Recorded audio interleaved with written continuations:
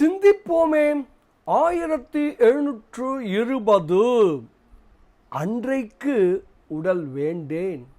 தாய்மான சுவாமிகள் விளக்குகிறார்.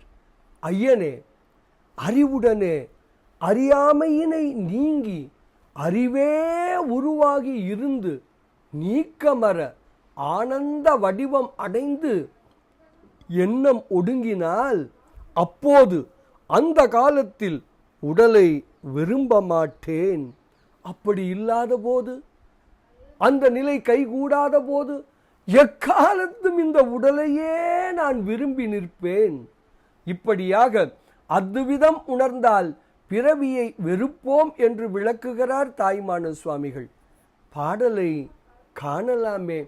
அறிவில் அறியாமை அற்று அறிவாய் நின்று பிரிவு அற ஆனந்த மயம் பெற்று குறி அவிழ்ந்தால் அன்றைக்கு உடல் வேண்டேன்.